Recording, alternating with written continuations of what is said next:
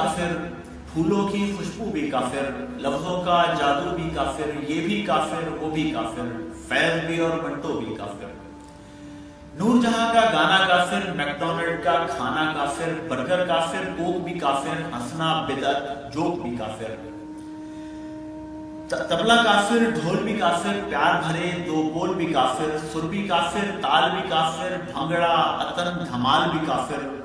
دادرا ٹھمری بھیروی کافر، کافی اور خیال بھی کافر، وارث شاہ کی ہیر بھی کافر، چاہت کی زنجیر بھی کافر، زندہ مردہ پیر بھی کافر، نظر نیاز کی کھیر بھی کافر، بیٹے کا بستہ بھی کافر، بیٹی کی گڑیاں بھی کافر، ہنسنا رونا کفر کا سودا، غم کافر خوشیاں بھی کافر،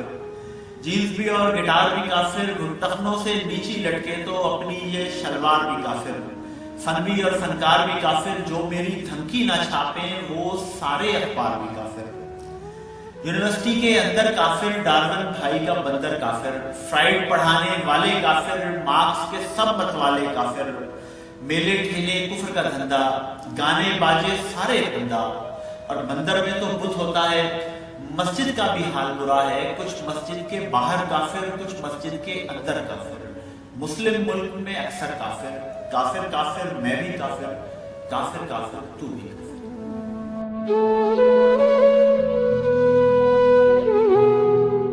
سلمان حیدر کا بھی آپ شارٹ دیکھ رہے تھے۔ سلمان حیدر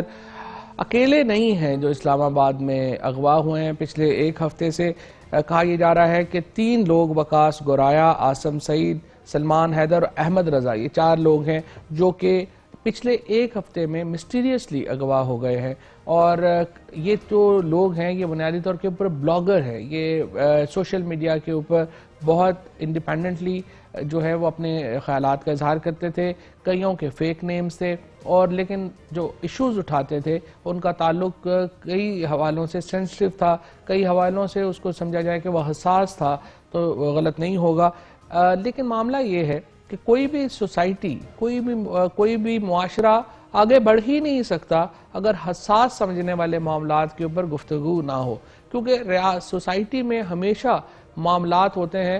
جو سٹیٹس کو کے معاملات ہوتے ہیں اور ان کے اوپر بات چیت جو ہے وہ زیادہ لوگ کرنا پسند نہیں کرتے، لیکن ریاست کی، سوسائٹی کی بڑھنے کے لیے، آگے جانے کے لیے ضروری ہے کہ ان معاملات کے اوپر بحث کی جائے، انفارمل بحث کی جائے۔ ضروری نہیں کہ اس کو پہلے ہی فارمل میڈیا پہ شروع ہو، لیکن انفارمل میڈیا کے اوپر اگر کوئی بات کر رہا ہے تو اس کو اس طرح سے غائب کر دینا تو بالکل ہی نامناسب ہے، کیونکہ اس سے بات یہ چڑھے گی کہ آپ کو کسی نہ کسی طاقتور آدمی کو کوئی نہ کوئی بات تو پسند نہیں آتی، اور اس کا مطلب یہ ہے کہ آپ اس کو غائب ہی کر دیں، کڈنیپ ہی ہو جائیں، تو یہ تو ایک بہت بڑا سوالیہ نشان ہے، بہت اہم معاملہ ہے۔ اور میں یہ سمجھتا ہوں کہ پاکستان کے وزیر اعظم نواز شریف صاحب، پاکستان کے وزیر داخلہ چودھری نثار، اور شاید ان سے بڑھ کر جناب نوید مختار جو نئے ڈائریکٹر جنرل ہیں ISI کے، ان تینوں کے سامنے ایک بڑا سوالیہ نشان ہے کہ کس طرح سے یہ معاملات ہوئے ہیں، کیسے آگے چل رہے ہیں۔ علی عباس زیدی ہمارے ساتھ ہیں، ان سے ذرا سمجھنے کی کوشش کرتے ہیں کہ یہ معاملہ ہے کیا، اور یہ اچانک یہ بلاگرز غائب ہونا کیوں شروع ہو گئے۔ جی علی ذرا بتائیے گا ہمیں۔ جی السلام علیکم فواد بھائی، ایسا ہے کہ تقریباً 48 گھنٹے پہلے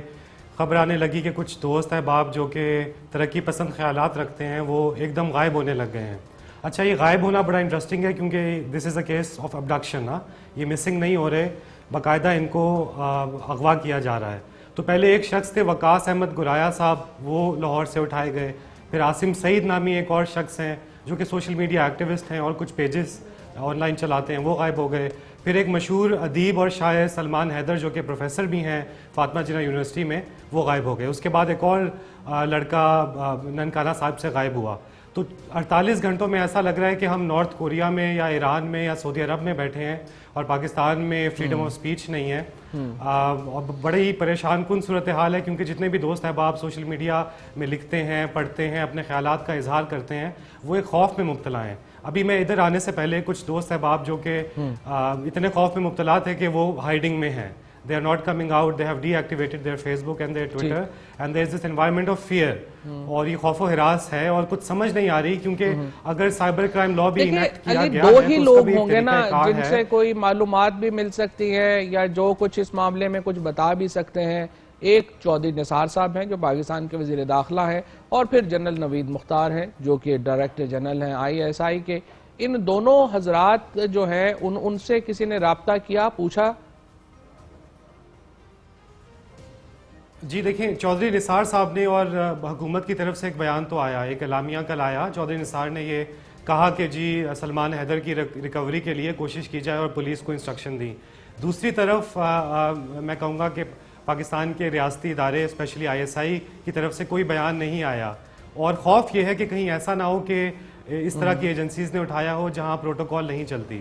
جیسے میں نے عرض کیا کہ سائبر کرائم لا بھی اس ملک میں آ گیا, 1.5-2 مہینے ہو گئے. اس کی بھی ایک پروٹوکول ہے, ایک طریقہ کار ہے کہ آپ چارج کرتے ہیں, نوٹس بھیجتے ہیں, اس کے بعد باقاعدہ پروسیجرل میٹر ہوتا ہے اور لوگوں کو اریسٹ کیا جاتا ہے. لیکن ابڈکشن کرنا اور بغیر چارج کے ان کو اپنے پاس زد و کوب رکھنا ایک عجیب و غریب صورتحال ہے. ابھی 48 سے زیادہ گھنٹے ہو چکے ہیں,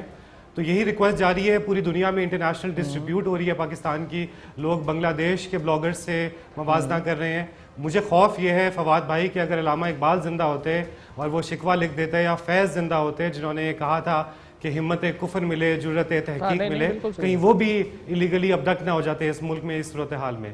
تو یہ صورتحال ہے. ٹھیک بات ہے, بہت شکریہ علی. آپ ہمیں تفصیل سے بتا رہے تھے کہ اس وقت معاملات کیا ہیں. کوئی بھی ایجنسی ہو, کوئی بھی ادارہ ہو, کوئی حق ہی نہیں پہنچتا اس کو کہ کسی کو کسی طریقے سے اس طریقے سے اغوا کر لے. پاکستان میں ISI کو, ملٹری انٹیلیجنس کو, پاکستان کی وفاقی ایجنسیز کو اپنی پوزیشن بہرحال کلیئر کرنی ہوگی. جس طریقے سے یہ معاملات چل رہے ہیں ایسے چل نہیں سکتا. آج یہاں پر ہی ہم بریک لیتے ہیں, بریک کے بعد واپس آتے ہیں تو پھر اپنے اگلے سیگمنٹ پر بڑھتے ہیں.